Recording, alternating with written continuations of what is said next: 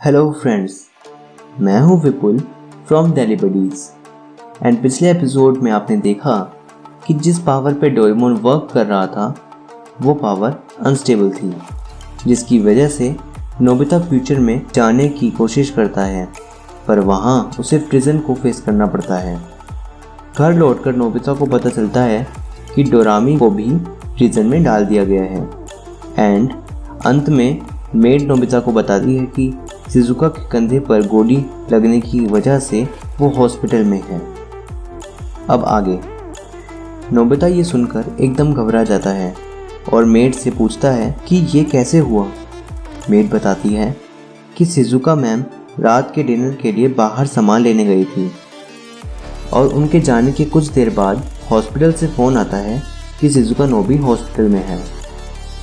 Nobita पूछता है कि नोबिसुके कहाँ है, तो मेड बताती है कि नोबिसुके घर पर मेरे साथ ही है।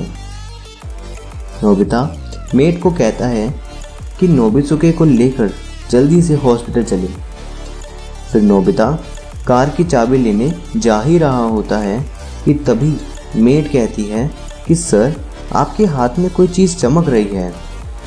नोबिता अपने हाथ में देखता है तो उसमें डोरेमोन की बैटरी होती है। उसके बाद नोबिता मेड से कहता है कि वो नोबिसुके को लेकर हॉस्पिटल चली जाए, वो थोड़ी देर में आता है। नोबिता जल्दी से जाकर डोरेमोन में बैटरी फिट कर देता है और सारे सिस्टम को चेक करने लगता है। कुछ देर के बाद डोरेमोन ठीक हो जाता है। नोबिता अपनी कार में डोरेमोन के साथ हॉस्पिटल जाते हुए डोरेमोन को सब समझाता है कि शिजुका के साथ क्या क्या हुआ। वो डोरामी के बारे में अभी डोरेमोन को नहीं बताता क्योंकि उसे लगता है कि डोरेमोन इस वजह से और ज़्यादा परेशान हो जाएगा। हॉस्पिटल में जाकर वो लोग शिजुका से मिलते हैं। थोड़ी देर के बाद नोबिता को एक अननोन नंबर से कॉल आती है। नोबिता उसे पिक करता है तो दूसरी तरफ से वही भारी आवाज़ आती है।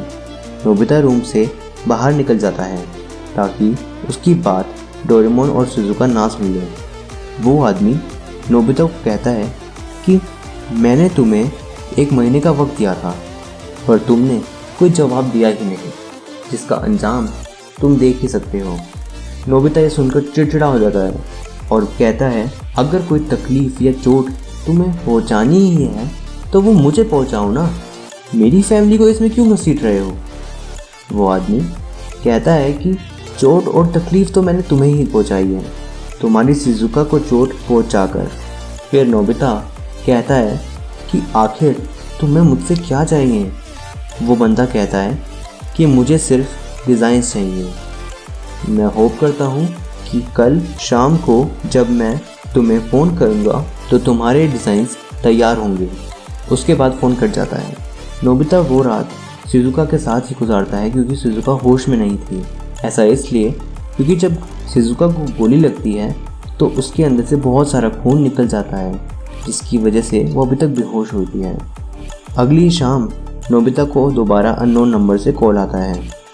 नोबिता समझ जाता है कि ये उसी आदमी का फ़ोन है, पर इस बार नोबिता तैयार होता है। नोबिता कॉल पिक करता है तो वो आदमी नोबिता को कहता है कि तुम वो डिज़ाइंस लेकर तुम्हारे घर के सबसे करीबी रेस्टोरेंट की बैक साइड पर 20 मिनट में आ जाओ। कॉल कटने के बाद नोबिता कहता है कि पुलिस ऑफिसर्स, क्या आपने नंबर को ट्रैक कर लिया। तो पुलिस ऑफिसर्स कहते हैं हाँ नोबिता। नोबिता पुलिस ऑफिसर्स के साथ उस जगह चला जाता है जहाँ पर नंबर ट्रैक हुआ था। वो एक खंडर फैक्ट्री थी। पुलिस ऑफिसर चारों तरफ से उस फैक्ट्री को घेर लेते हैं और उस फैक्ट्री के अंदर जाने लगते हैं, पर अंदर जाकर पता लगता है कि अंदर तो कुछ है ही नहीं, वो पूरी फैक्ट्री खाली थी। तभी नोबिता को एक बार फिर से अननोन नंबर से कॉल आता है। नोबिता उसे पिक करता है तो वो आदमी गुस्से में नोबिता को कहता है कि तुमने मुझे धोखा दिया और अब मुझे बहुत बुरा लग रहा है, इसीलिए अब जाकर हॉस्पिटल में अपनी शिजुका को देख लेना, वो किस हालत में होगी। नोबिता घबरा जाता है और जल्दी से हॉस्पिटल पहुंचता है तो वहाँ शिजुका के सर में कान के पास उसे गोली लगी हुई होती है। नोबिता जल्द से जल्द डॉक्टर्स को बुलाता है। तभी डॉक्टर शिजुका को ऑपरेशन के लिए लेके जाते हैं।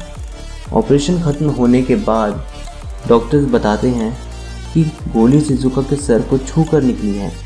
जिस जगह पर गोली के दबाव पड़ा है उस जगह के टिश्यूज डिस्ट्रॉय हो चुके हैं एंड शिजुका अब कोमा में है। ये सुनकर नोबिता अंदर से टूट जाता है। नोबिता को एक बार फिर से अननोन नंबर से कॉल आता है। नोबिता उसे उठाता है तो वो आदमी कहता है कि तेरी शिजुका तो मरने वाली है। अब यही चीज़ मैं तेरे बच्चे के साथ भी करने वाला हूँ। अगर तू कल रात 12 बजे उसी जगह डिज़ाइंस लेकर नहीं आया तो। फ़ोन कट जाता है। उसके बाद अगली शाम नोबिता डिज़ाइंस में कुछ बदलाव कर देता है जो वो लोग नोटिस ना कर पाए। वो डिज़ाइंस लेकर 12 बजे वहीं रेस्टोरेंट के पीछे पहुंच जाता है। कुछ ही देर में वहां एक आदमी आता है जिसने अपनी बॉडी को पूरी तरह से ढक रखा होता है। वो नोबिता से डिज़ाइंस मांगता है एंड नोबिता उसे वो डिज़ाइंस दे देता है। वो आदमी वही फ़ोन वाला बंदा होता है क्योंकि इस आदमी की भी आवाज़ बिल्कुल वैसी ही थी जैसी फ़ोन में थी। नोबिता देखता है कि उसके चेहरे और हाथ पे चोटों के कई सारे निशान थे। नोबिता उस आदमी को कहता है कि आज तुम ताकतवर हो और मैं कमज़ोर, इसलिए तुमने मेरे साथ बहुत कुछ गलत किया, पर एक वक्त ऐसा भी आएगा जब मैं ताकतवर होऊंगा और तुम्हें इस सब की सज़ा दूंगा। वो आदमी नोबिता पर हंसने लगता है और कहता है ये सब तो देखेंगे। तो फ्रेंड्स, यही था मेरा एपिसोड 3 और मैं होप करता हूँ कि आपको ये मेरा एपिसोड पसंद आया होगा। जो लोग नए आए हैं मैं उन्हें रिकमेंड करता हूँ कि आप मेरी पुरानी एपिसोड्स को देखें ताकि आपको स्टोरी अच्छे से समझ आए। अगर आपको ये वीडियो पसंद आई हो तो लाइक एंड सब्सक्राइब कीजिए। Thank you. जय माता दी।